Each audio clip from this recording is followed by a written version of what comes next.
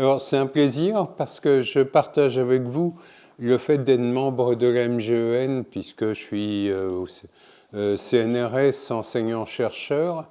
Donc, mais j'appartiens pas à la section 22, mais à la section 92, les Hauts-de-Seine. Hein, donc, voilà. Où l'accueil est plus strict, hein, parce que à Boulogne-Billancourt, c'est souvent fermé, où vous êtes parfois éconduit parce que vous êtes en surnombre. Enfin, c'est pas le but de mon propos. Je vais pas faire une étude comparative entre Paris et la province. Ça a été fait dans bien des domaines et ça serait totalement déplacé. Donc, ça fait la suite. Vous avez eu droit hier, non pas à un langage, mais à des flots de musique venant du Grand Orgue Cavaille-École, dont je parlerai d'ailleurs, non pas du Grand Orgue, mais de Cavaille-École dans mon propos. Le Grand Orgue Cavaille-École de la cathédrale de Saint-Brieuc. Donc, j'ai eu le plaisir une nouvelle fois de jouer hier en concert sur un programme astronomique.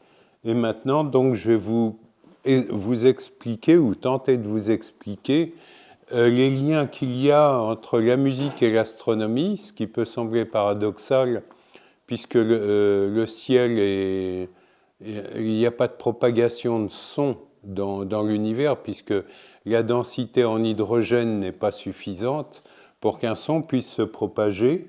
Mais pourtant, il semblerait que de Pythagore à nos jours, il y a eu des liens très profonds entre la science astronomique et la science musicale. Donc c'est ce que je vais essayer de vous présenter à travers ces 2500 ans d'aventure. Ça fait l'objet de bouquins, notamment un que j'avais écrit en 2000, au Seuil, si ça vous intéresse, vous le retrouverez, qui avait été préfacé par un de mes anciens patrons, c'était l'astrophysicien Hubert Reeves, qu'on voyait souvent à la télé, que j'ai eu comme dans mon jury de thèse. Autrement, mes patrons de thèse étaient les fondateurs de la fondation dont parlait Loïc, La main à la pâte, notamment Pierre Léna, qui a été mon mentor, un de mes 3 mentors en astrophysique, avec Hubert et l'astrophysicien Avery Schatzman. Voilà. Alors, pour vous résumer les choses, vous voyez, j'ai eu la chance dans les années 2000 de donner un des nombreux récitals à la basilique Saint-Cernin de Toulouse, parce que vous avez actuellement un festival Toulouse-les-Orgues qui se reproduit chaque année, et celui-là était consacré à la musique et à l'astronomie. Et le planétaire que vous avez se trouve au plafond de la basilique Saint-Cernin à Toulouse. Et donc, ça a été l'affiche officielle et ça a été pour moi l'occasion de donner un récital à la basilique Saint-Cernin et puis quelques temps après à la cathédrale Saint-Étienne à Toulouse. Et puis là, la musique et l'astronomie m'ont un petit peu inspiré. Mon travail scientifique, c'est la cosmologie. Je travaille sur les très grandes structures de l'univers. Le mois prochain, un petit peu plus tard, quand la Lune sera nouvelle, je serai au Chili sur un des VLT, un des petits télescopes de 8,20 m avec des miroirs de 42 tonnes. Donc vous voyez, pour faire de la multispectroscopie et étudier les galaxies lointaines. Donc je me suis amusé à faire une clé de sol pour illustrer mon propos. Alors de Pythagore qui expliquait la mécanique céleste 5 siècles avant notre ère, il associait à chaque planète se déplaçant, une note de la gamme jusqu'au sonde spatiale Voyager qui transporte des témoignages musicaux de notre planète, de notre monde vers d'hypothétiques civilisations dans les profondeurs interstellaires. Le lien entre le cosmos et la musique semble défier le temps. Alors voici par exemple, pour commencer, une image classique, c'est notre Voie lactée vue au Chili. Bon, c'est une image, c'est au Chili, mais vous auriez la même ici à Saint-Brieuc ou n'importe où en Europe au mois de juin, juillet à peu près. Vous avez le tracé de la Voie lactée. Et à l'époque ancienne, à l'époque des Grecs, il faut penser que pour eux, l'interprétation chimique du ciel, c'était la table périodique des éléments avant Mendeleïev se limitait à 4 éléments, le feu, la terre, l'air et l'eau, et puis 4 sensations, le chaud, le froid, l'humide et le sec. Avec ça, les Grecs établissaient toutes leurs connaissances sur le monde et sur la matière. La première question que se posent les Grecs à cette époque-là, c'est-à-dire à peu près 800 ans avant notre ère, c'est de se dire, mais les planètes se déplacent et ils vont mettre en opposition le mouvement des planètes, planétos en grec, qui se déplacent, par rapport aux étoiles qui représentent la sphère des fixes. Les étoiles ne bougent pas, ce sont les planètes qui se déplacent. Et à partir de là, les premiers modèles cosmologiques, et cosmogoniques même, vont être définis, sachant que, évidemment, à cette époque-là, le centre de l'univers est occupé par la Terre. La Terre est le point central, le point indéfectible de l'univers, et les planètes et le ciel tournent autour de la Terre. Donc là, vous avez une représentation ancienne, et cette représentation est déjà intéressante parce que vous avez l'ordre des planètes.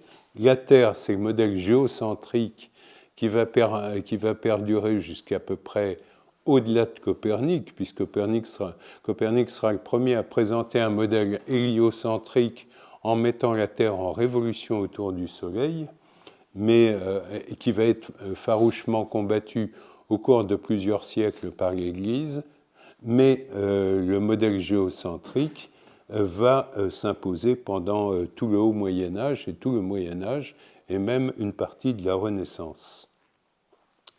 Alors le premier à s'intéresser au mouvement des planètes, c'est notre ami Pythagore. Pythagore, on le connaît bien, voilà. Donc Pythagore observe les étoiles, constate qu'elles sont fixes, et voit que les planètes se déplacent. Et avec l'expérience classique de faire tourner une fronde sur Terre, on s'aperçoit que plus la fronde tourne vite, plus le son devient aigu, et plus c'est lent, plus ça devient grave. Donc à ce moment-là, le mouvement des Pythagore va associer une note à chaque planète. Donc je vous rappelle Pythagore, de moins 570, moins 480, qui est célèbre, par son théorème de Pythagore, le carré de l'hypoténuse, etc., est égal, si je ne m'abuse, à la somme des carrés construits sur les autres côtés. Et comme je suis bourguignon, je pourrais vous dire construit sur, oui, construit sur, non, construit sur les autres côtés, sur l'art de chevalier de la table ronde. C'est comme ça que j'ai appris le théorème de Pythagore dans ma Bourgogne profonde. Et ensuite, comme ma famille fait du pinard, ça m'a conduit à la thèse de doctorat grâce à ça, grâce à ces différents ingrédients, n'est-ce pas? Alors, les idées de Pythagore vont être reprises au cours des siècles. Et là, vous voyez déjà un traité de Francino Gaffurio qui date de 1492, le disegno de la théorie musique. Et Pythagore explique à partir Gaffurio explique les travaux de Pythagore en associant d'abord des marteaux. Et il explique que plus un marteau est lourd, plus grave est le son, etc. Et plus il est léger, on va vers l'aigu. Donc, il commence à envisager que les planètes suivent le même mouvement. Une planète lourde va produire un son grave, une planète plus petite, un son léger. Ce qui, en fait, va être une erreur complète, puisque Jupiter, dans la logique de Pythagore, donnerait un son assez aigu. Alors, mais il s'aperçoit en fait que les sons sont différents. Il travaille sur l'acoustique. Alors en haut à droite, vous avez des cloches. Donc la taille des cloches donne des sons différents. Sur la table, vous avez des verres remplis d'un liquide qui doit être du ouzo, puisqu'on est en Grèce. Donc ils le boivent avant d'être complètement beurrés. Ensuite, vous avez en bas à droite des cordes tendues de manière différente qui vont vous donner des sonorités différentes. Et en bas à droite, en bas à gauche et en bas à droite, vous avez des flûtes, ce qu'on appelait des holos, les instruments grecs. Les flûtes grecques sont des holos. Et à partir de là, il va imaginer que le mouvement des planètes et essayer de trouver une distance aux planètes. Il est confronté en fait exactement au même problème que les astronomes du XVIIIe siècle, à l'époque de Louis XIV, c'est que si on peut déterminer la latitude facilement, la longitude est beaucoup plus difficile à mettre en évidence. Et donc la distance entre les planètes est très mal connue. Elle va être donnée en ton, en demi-ton, etc., à partir de l'échelle de Pythagore. Alors voilà donc l'échelle correspondante avec des quintes, avec des tierces, avec des octaves d'une planète à l'autre, et puis éventuellement on va faire un saut d'octave, sachant que vous retrouvez la Terre au centre, la Lune, Mercure et Vénus. Alors dans l'école pythagoricienne, il y aura beaucoup d'engueulades pour savoir si on met Mercure avant Vénus ou Vénus avant Mercure. Il y a eu une incertitude. Ensuite, vous avez le Soleil, là ça ne se discute pas, et puis les planètes plus lointaines. Alors, les travaux de Pythagore vont être repris quelque temps plus tard par Platon. Alors, on trouve Platon, les travaux de Platon dans le Timée. Déjà dans le Timée, Platon évoque la distance des planètes et s'y intéresse d'une manière fondamentale, mais c'est surtout dans la République de Platon, dans le livre 10, Platon va reprendre les travaux de Pythagore et envisager que les planètes, effectivement, produisent un son. Et l'ensemble des sons, la consonance sonore, est ce que Platon va lui-même nommer la musique des sphères ou l'harmonie des sphères, c'est comme vous voulez. C'est la consonance de tous les sons des planètes. Alors,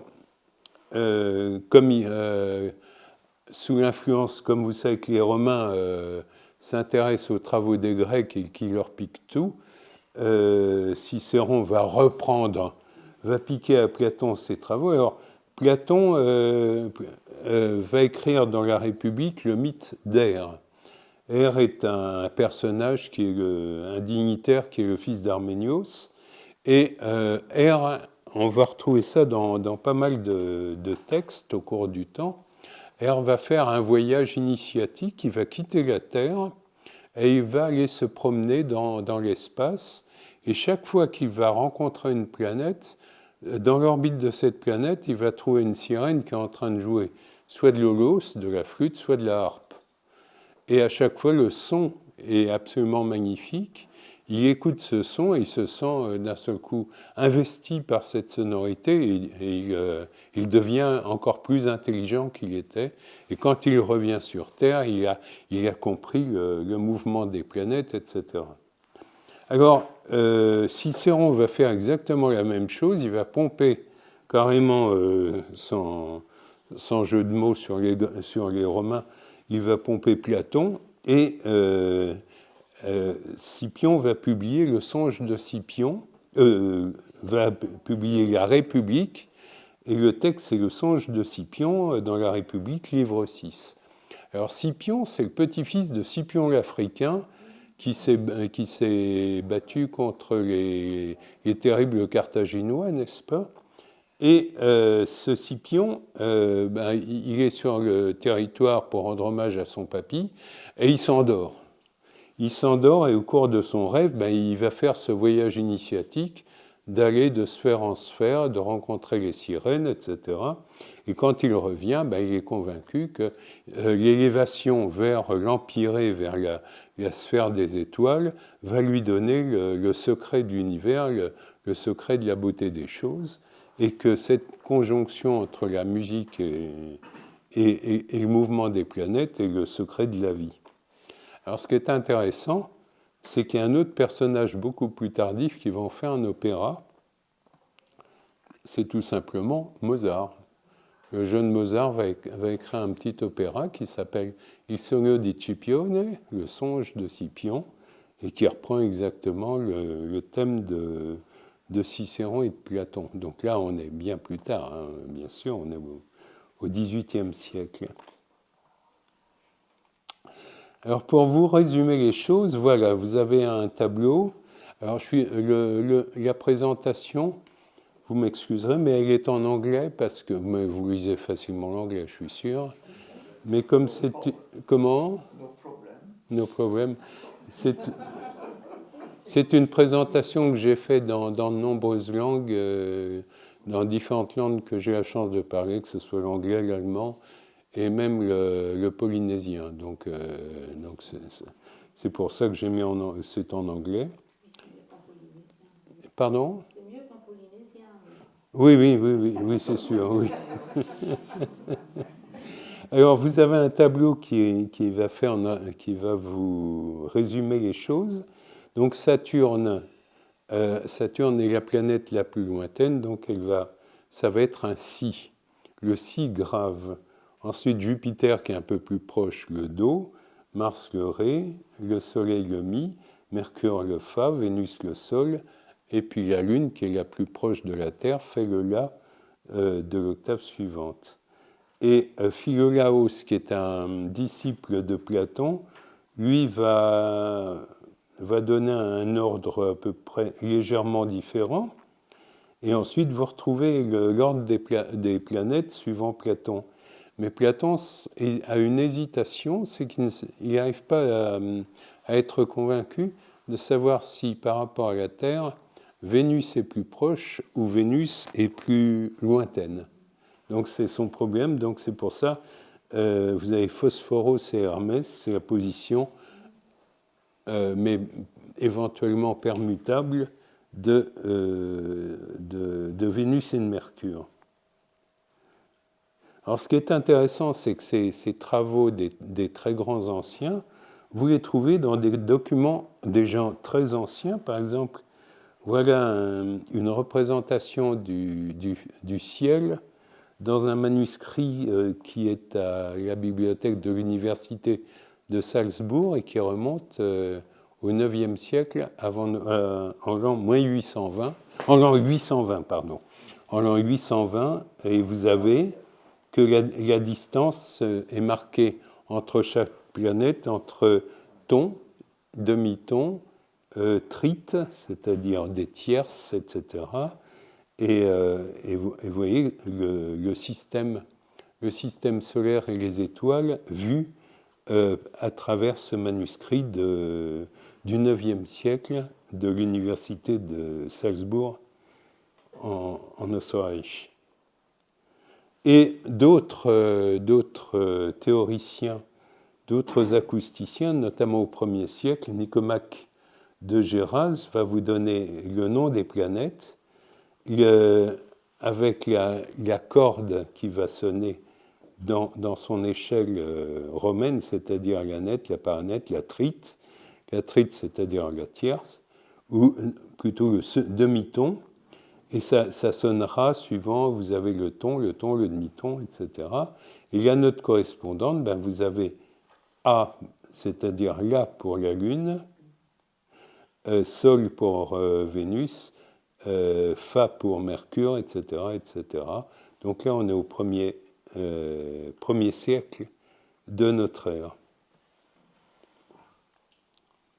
Alors, à cette époque-là, on arrive au Haut Moyen-Âge et l'enseignement des premières universités, que ce soit la Sorbonne, par exemple, qui est une des plus anciennes universités, ou en Grande-Bretagne ou en Italie, l'enseignement traditionnel était basé sur ce qu'on appelait le trivium.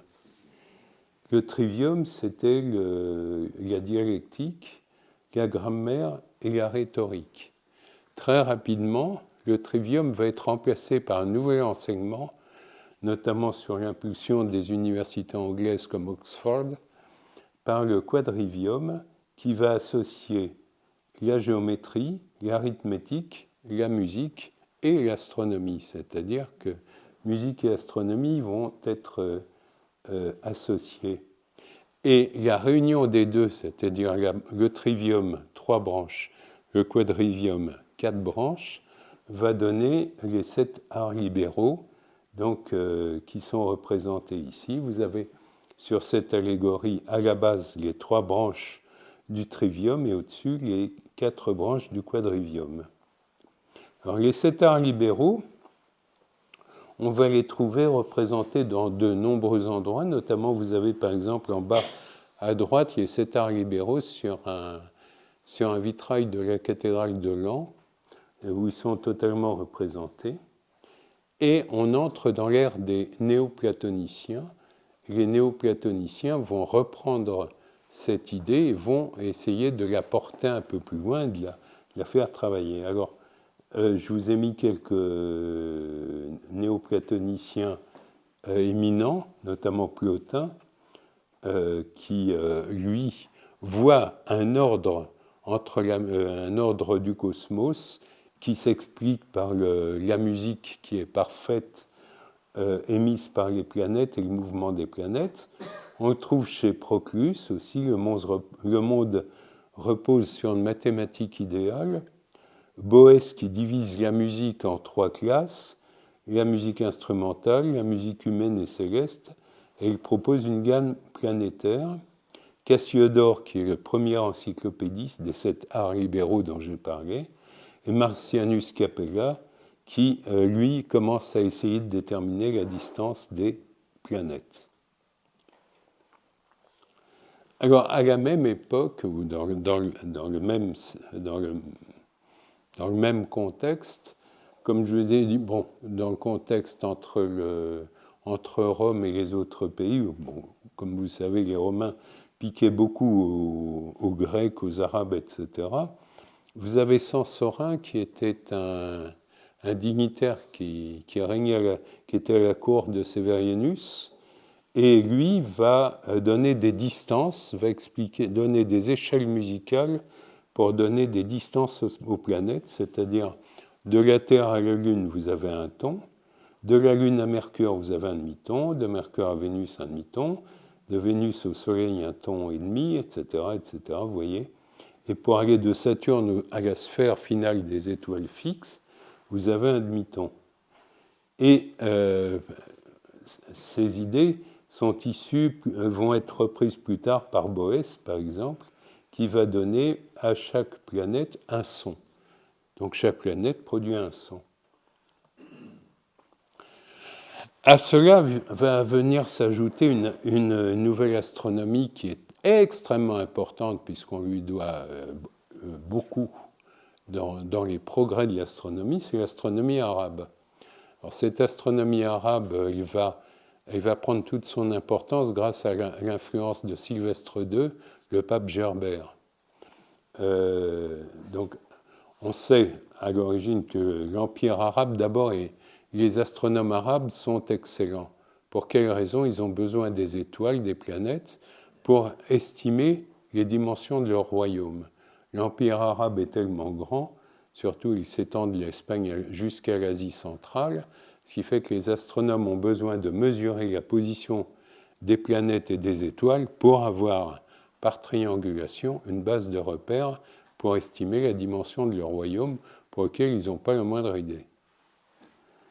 Donc, en même temps, ils vont mettre, leurs travaux vont permettre des progrès absolument gigantesques, notamment la théorie des éclipses par Al-Biruni, et puis des cartes, les premières cartes du ciel qui vont être établies, notamment, vous avez ici un exemple, la carte d'Orion par Al-Sufi, et puis d'autres astronomes qui vont faire des observations multiples et ils vont conclure que la mobilité des corps célestes qu'ils observent nécessite de l'observation, sont liées à l'arithmétique, à la géométrie, et que si les planètes se déplacent, elles produisent un son, de la même manière que les Grecs l'avaient imaginé. Et c'est à ce moment-là que les premiers penseurs, les premiers astronomes sont des Arabes qui vont envisager le fait que le modèle est faux, que ce n'est pas la Terre qui est au centre, mais que le Soleil pourrait être au centre, bien avant Copernic, c'est-à-dire c'est des astronomes arabes comme Maïmonide ou Khalid el-Roumi qui vont envisager le modèle d'héliocentrisme. Alors dans le Haut Moyen-Âge, on va se retrouver avec des astronomes et des philosophes. Par exemple, Ben le Vénérable va établir déjà des travaux des rapports entre la Lune et les marées. Et puis ce fameux pape, donc Sylvestre II, Gerbert d'Aurillac, qui était installé, qui vivait à Cordoue. C'était pas un pape d'Avignon ou un pape du Vatican. Pour être à la confluence du monde musulman et du monde chrétien, il s'était installé à Cordoue et lui-même défendait. Il a donc séjourné en Espagne pendant 3 ans. C'est à ce moment qu'il a découvert Boès, Aristote, etc. Alors, à propos d'Aristote, Aristote, à cette époque-là, était un opposé, si vous voulez, c'était un petit peu la situation politique actuelle. Il y avait un consensus, et puis il y avait quelqu'un qui disait non, tout ça c'est des histoires, les planètes ne produisent aucun son, etc. Et il disait, par exemple, si vous prenez une civilisation qui habite sur les bords du Catadouppa, c'est-à-dire les sources du Nil, où il y a des chutes d'eau énormes,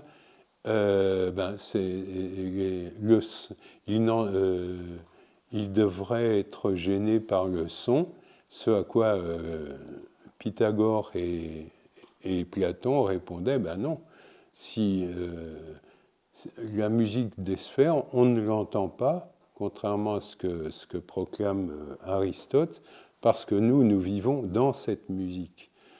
Et l'argument de Boès, de l'école de Platon, c'est de dire, écoutez, c'est tout simple. Nous habitons, je vais prendre un exemple moderne, nous habitons près d'un échangeur d'autoroute depuis 25 ans, on n'entend plus les bagnoles. Voilà, c'est à peu près ça. Évidemment, après Kepler, vous avez Galilée. Donc, ce qui est intéressant, c'est pas de l'humour, parce que si vous étiez au concert hier, vous avez entendu que Galilée était le fils de Galilée Vicenze. Et hier, je vous ai joué une pièce du papa Galilée, qui était organiste à la cathédrale de Florence. Et ce Vicenze a eu 2 enfants, Galileo, l'astronome, et puis Michelangelo, qui a composé 400 pièces pour le luth. Donc la musique était très présente aussi dans l'esprit de notre ami Galilée. Et voilà par exemple une tablature de Vicenze Galilei, qui est un des premiers protagonistes avec Gaffurio j'ai oublié qui, de la structure de l'opéra, qu'on retrouvera très rapidement chez Monteverdi par exemple. Alors à cette époque-là, c'est pareil, les liens entre musique et astronomie sont très vifs. Voici un traité de l'eau-de-vie de Jean Brouot. C'était un bourguignon, peut-être un de mes ancêtres, parce qu'il aimait bien le pinard. Donc lui, il reprend les néo-platonéciens, notamment Hermès Trismégiste, et vous voyez qu'il tient d'abord un alambic, un distillateur, et puis le soleil assure la distillation, et puis vous avez un luth, et puis vous avez des tuyaux d'orgue, et vous voyez la longueur de chaque tuyau est liée à la symbolique de chaque planète. Hein. Ça, c'est très important. Vous remarquerez aussi qu'il y a un aspect religieux, puisque le papy tient son distillateur dans la main gauche, c'est-à-dire dans la main sinistre, au sens religieux du terme. Hein. Oui. Autre allégorie chez Robert Fludd, dans le Divin monocorde, c'est une publication de Francfort dans l'Ostulius Cosmi. Là, c'est carrément la main divine qui accorde les planètes. Donc, vous avez le Soleil, vous avez les différentes planètes avec les diapasons, etc. Et chaque distance de planète est parfaitement accordée. Encore un autre exemple qui vient de Suisse, chez Athanas Kircher, dans la Musurgia Universalis. Dieu a construit un grand orgue qui représente le cosmos. Vous avez 6 registres. Bon, à la cathédrale, vous en avez 54, hein, mais il y a eu des progrès depuis. Mais les 6 registres représentent les 6 jours de la création, dans sa logique, les 6 jours qui sont décrits dans la Genèse. Et puis, évidemment, en France, alors Marin Mersenne, qui est l'auteur d'une harmonie universelle, qui est un livre fondamental qui pour moi, je veux dire, pourrait servir de base et qui m'a beaucoup aidé dans la conception d'une telle conférence, puisque lui explique toute l'histoire de l'harmonie universelle, carrément de Pythagore. Marin Mersenne était membre de l'Académie et il a participé notamment à l'arpentage du royaume, etc. Et notamment, dans les travaux de Marin Mersenne, on trouve des représentations de l'ordre du monde, des planètes, des distances des planètes, et puis vous avez en même temps la conception d'un orgue, et puis les premières lois de réflexion des miroirs qui sont représentées ici.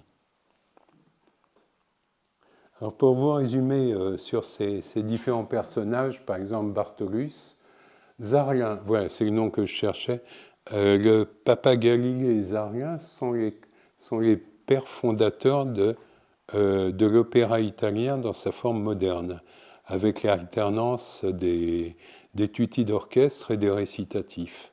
Donc c'est ce qu'on retrouvera à peu près dans des pièces comme l'Orfeo de Monteverdi, etc. Et puis Fludd et Mersenne, et là vous avez donc les sons des planètes auxquels Fludd et Mersenne vont rajouter les 4 éléments, l'air, le feu, l'eau et puis la terre ici, voilà. Mais vous avez ici donc toutes les tentatives d'explication sur le mouvement des planètes. Alors, ces idées vont être portées par des organismes fondamentaux comme l'Académie des sciences, et par exemple dans l'art du facteur d'orgue de Don François Beddoes de Celles, qui était à la fois un astronome et un constructeur d'orgues. On lui doit l'orgue de Pézenas, par exemple, qui est encore jouable, et puis l'orgue de la cathédrale Sainte-Croix de Bordeaux, qui a été entièrement reconstruit suivant les plans de Don Beddoes. Don Beddoes avait laissé un traité qui est à peu près épais comme ça, j'en ai un fac-similé chez moi, et les planches que vous avez sont exactes, et il va donner aux tailles à la longueur des tuyaux des longueurs qui sont liées au mouvement des planètes, etc. Et il va en même temps participer à cette époque à l'arpentage du royaume. Vous savez que Louis XIV va se plaindre que la Bretagne, il va raccourcir le nez de la Bretagne aux grandes dames de Louis XIV. Et puis on arrive au XVIIIe siècle. Là, vous avez entendu hier une pièce, une fugue jouée par notre ami Wilhelm Herschel. 1738-1822, William Herschel est un musicien allemand. Il naît à Hanovre en 1738 et pour échapper à la conscription et à la guerre de 7 ans, il émigre en Angleterre. Pourquoi est-ce qu'il émigre en Angleterre? Alors, il joue du hautbois, du violon, du clavecin, de l'orgue et il est professeur et il compose. Alors, ce William Herschel, pourquoi est-ce qu'il déménage en Angleterre très tôt? C'est parce que le roi d'Angleterre, George III, est du même pays que lui. Les deux sont nés à Hanovre. C'est la dynastie hanovrienne. Et si George III est un roi anglais, en fait, à la cour de George III, on devait beaucoup plus parler en allemand qu'en anglais. Donc Herschel s'installe en Angleterre et il obtient un poste d'organiste à Bath, qui est une station thermale à 300 km à l'ouest de Londres. Et il devient organiste de la chapelle octogonale. Et à ce moment-là, il va énormément travailler jusqu'en 1822. Il va d'abord faire beaucoup de musique et ensuite, quand il ne fait pas de la musique, il est passionné d'astronomie, il construit des instruments. Vous avez ici un télescope que Herschel a construit. Et voici la liste de ses compositions essentielles. Des symphonies, il y a 18 symphonies, 24 concertos pour violon, pour orgue, etc.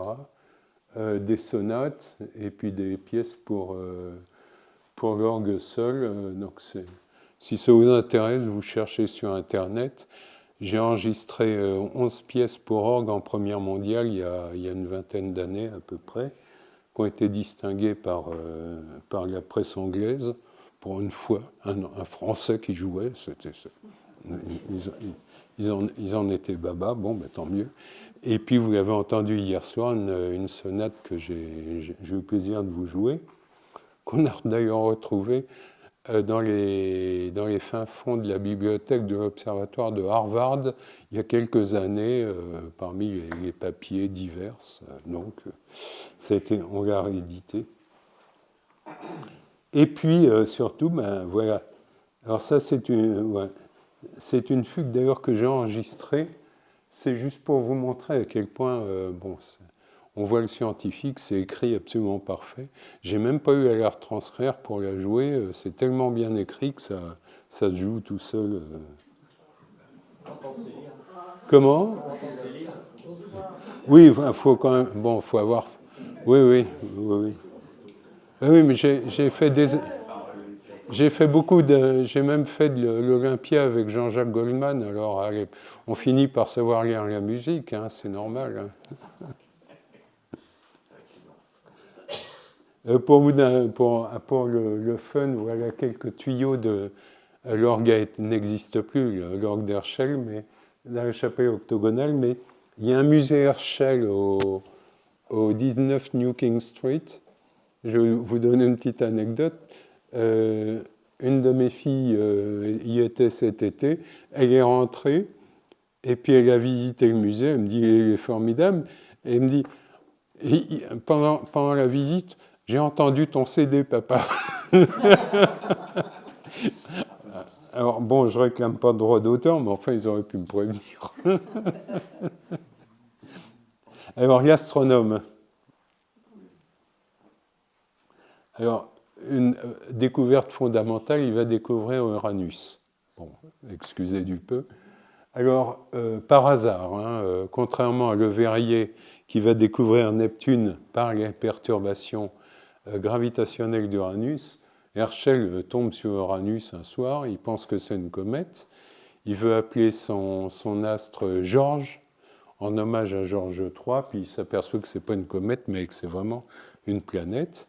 Donc à partir de ce moment-là, il va atteindre une notoriété absolument... il va devenir astronomeur royal, succéder à Maskelyne et devenir le grand astronome de la cour. Et il arrête toute la musique, qui n'a jamais donc été éditée. Et quand je l'ai enregistré, c'était sur les manuscrits, copie des manuscrits d'origine. Et il va être le premier à donner une forme à la Voie lactée avec les deux extensions que vous avez au niveau, au sud de l'Aigle, de la constellation de l'Aigle. Quand vous descendez vers le Sagittaire, vous voyez que la Voie lactée se divise en deux. Et ça, il l'avait parfaitement observé. Alors, sa seule erreur, c'est qu'il va mettre la Terre au centre. Mais enfin, c'est pas gênant, on n'en est qu'à 30 000 années-lumière. Hein. De toute façon, on ne va pas mégoter. Et puis, il va découvrir le rayonnement infrarouge. Alors ça, c'est une découverte extraordinaire. Pour ça, il va mettre un prisme qui va décomposer la lumière. Et le long de cette décomposition de la lumière, il met des thermomètres. Et il s'aperçoit qu'au-delà du rouge, les thermomètres, ils donnent une température bien plus élevée. Donc il se dit, il y a un rayonnement au-delà du rouge. Et c'est comme ça qu'en 1820, il va découvrir l'infrarouge. Et ça, c'est tout à fait remarquable. C'est un des télescopes d'Herschel, mais ce n'est pas un dessin. Il reste d'un télescope d'Herschel. C'est un daguerréotype pris par Daguerre en 1844. Voilà.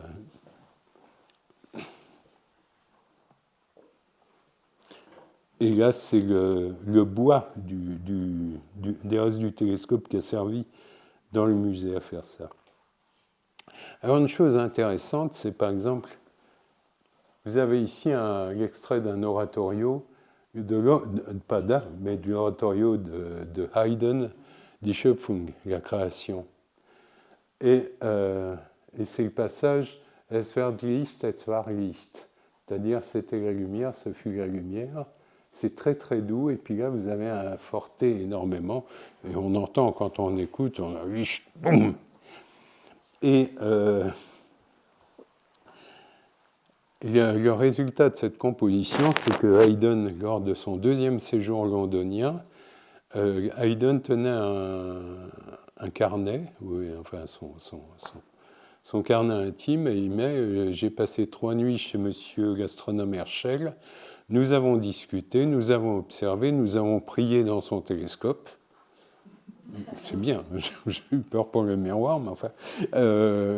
et je suis convaincu de ce qu'il me disait, c'est-à-dire que les théories de M. Kant, de M. Lambert, sur le fait que l'univers est immense et que les taches qu'on voit dans le ciel ne sont en fait des voies lactées comme la nôtre, et que l'univers a eu un début, j'en suis absolument convaincu.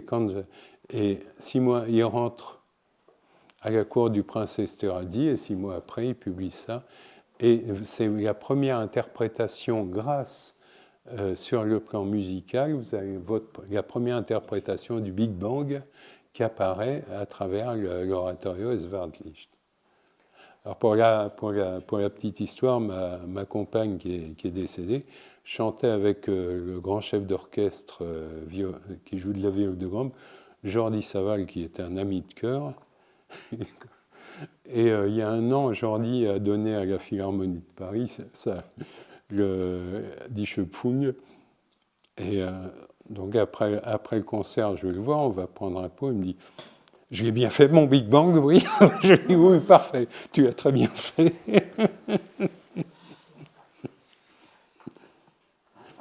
Alors, les distances des planètes, elles sont connues maintenant grâce aux travaux de Titius qui ont donné la relation de Bode, c'est-à-dire en fait vous avez une formule assez simple, la distance, la Terre au Soleil c'est 1, et cette formule-là avec le terme n qui prend différentes valeurs, vous donne par rapport à la distance de la Terre la distance des différentes planètes au Soleil. Donc c'est ce que recherchaient tous nos anciens depuis Pythagore. C'est une relation, ce n'est pas une loi. Parce que d'abord, Bode était un salopard, il a tout piqué à son assistant qui s'appelait Johann von Titz, dont le nom latin était Titius, et comme Bode était un patron, il exploitait, c'est normal. Voilà. Ça n'a pas tellement changé, non. Si vous voulez, c'est un rapport d'inspection. Voilà. Mais alors, si vous appliquez les valeurs de la relation de Titius aux notes des planètes, vous arrivez à à des rapports de fréquence qui sont exactement, qui correspondent directement aux planètes et aux distances des planètes en UA. UA, c'est unité astronomique, sachant qu'une unité astronomique, c'est la distance de la Terre au Soleil. Alors, un aspect amusant, au XIXe siècle, les liens entre musique et astronomie vont prendre un tour différent. Ça va, je peux continuer, je ne vous ennuie pas non, c'est... Voici un orgue, c'est celui de Saint-Sulpice. Alors, il partage en commun avec l'orgue de la cathédrale de Saint-Brieuc. C'est un des 600 instruments construits par le facteur Aristide Cavaillé-Coll. Quand vous jouez à un Cavaillé-Coll, comme j'ai fait à Saint-Brieuc hier, vous avez l'impression de conduire une Rolls-Royce, tellement tout est parfait dedans. Je suis au co-organiste de l'orgue de l'abbatiale de Caen, et à Paris, je joue aussi un Cavaillé-Coll depuis 45 ans. Et il y a un lien astronomique que je ne voulais pas passer sous silence. Alors voilà l'écorché de cet orgue de Cavaillé-Coll. Vous avez 5 claviers. Bon, ici, à Saint-Brieuc, vous en avez 4. Et puis vous avez 101 jeux. Ici, vous en avez 56. Et ce Cavaillé-Coll va restaurer, donc voilà son visage, et puis celui de Léon Foucault. Quand il faut relever l'orgue de Saint-Sulpice, Léon Foucault, c'est un type très modeste. Hein. Il vit avec sa maman, il fait partie du conseil paroissial de Saint-Sulpice, il habite juste en face, là où habite Catherine Deneuve en ce moment, vous voyez. Bon. Mais ce n'est pas la même époque. Et alors, Léon Foucault, il y a besoin d'énormément d'argent pour reconstruire cet orgue. Il n'y a pas le pognon. Ça coûte un pognon de dingue, comme dirait quelqu'un dont j'ai entendu parler. Et Léon Foucault, à cette époque-là, est astronome à l'Observatoire de Paris. Il va voir son patron, le terrible Urbain Le Verrier, qui a la gloire et la notoriété, parce qu'en plus, il vient de découvrir Neptune.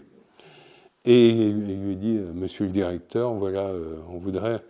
Et ce qui se passe, c'est un bon point pour Le Verrier, c'est que Le Verrier soutenait beaucoup les arts et la musique.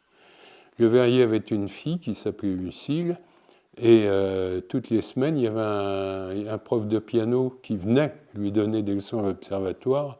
Il s'appelait César Franck. Vous voyez. Et puis, la coupole, et c'est pour ça que j'ai joué le final de la 3e symphonie hier soir. Il y avait un astronome amateur qui, toutes les semaines, ouvrait une coupole et venait observer. Il s'appelait Camille Saint-Saëns. Vous voyez du peu. Hein. Donc, Léon Foucault en parle à Le Verrier, et Le Verrier lui dit, mon cher ami, oui, d'accord, je vais en parler au baron Haussmann, à l'époque où Haussmann était en train de reconfigurer tout le Paris, hein, notamment avec cette énorme erreur de mettre des lampadaires à une époque où la photographie astronomique commençait à se développer. Et ça a été une des raisons pour laquelle on a construit un nouvel observatoire où je bosse depuis des années, qui est à Meudon. Hein. C'est le site de Meudon est une conséquence de la reconfiguration de Paris du temps de Haussmann. Et alors, Le Verrier donc intervient, mais Le Verrier est normand. Donc, je te donne, mais tu me rends. Enfin, pardon, j'ai rien contre les Normands, hein, je suis bourguignon. Et il dit à Foucault, bon ben mon ami, vous allez vous débrouiller avec Cavaillé-Coll, je vous donne quelques mois pour me donner une mesure précise de la vitesse de la lumière entre Paris et la butte Montmartre. Donc, que va-t-il se passer? Cavaillé-Coll va construire ça.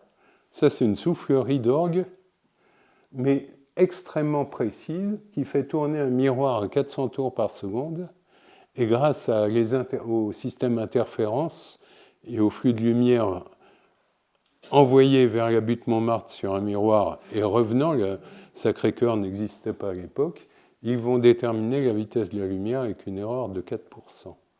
Donc ça, c'est tout à fait remarquable.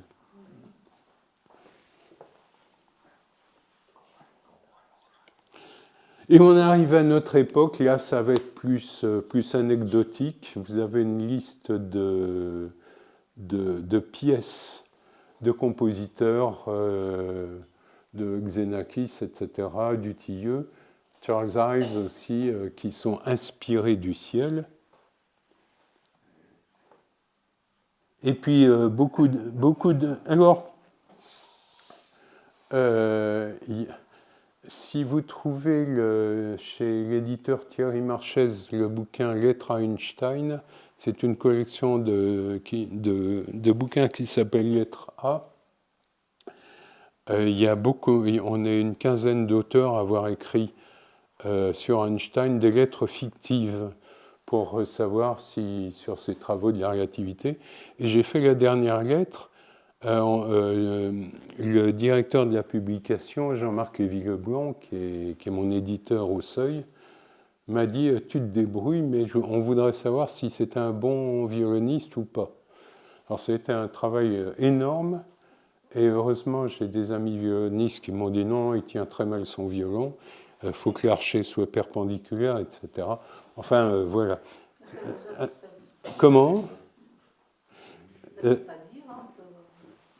alors, donc, il y a toute une étude là-dessus. Si ça vous intéresse, vous trouverez le bouquin. Parce qu'il y a certaines personnes qui disaient que c'est un... Alors, il y a des grands pianistes. Rubinstein lui disait, mais enfin, professeur Einstein, est-ce que vous savez compter jusqu'à 4 2, 3, pour une mesure. Et puis, il y avait quelqu'un d'autre qui disait qu'il est formidable, et puis sa secrétaire, Hélène Ducasse, disait absolument insupportable. Donc, il a fallu se battre avec ça. Et puis, surtout, pour terminer, le lien entre musique et astronomie, c'est la sonde Voyager qui est partie en 1977 et qui transporte dans ses entrailles un disque qui contient donc 27 extraits musicaux pour représenter l'histoire de la Terre.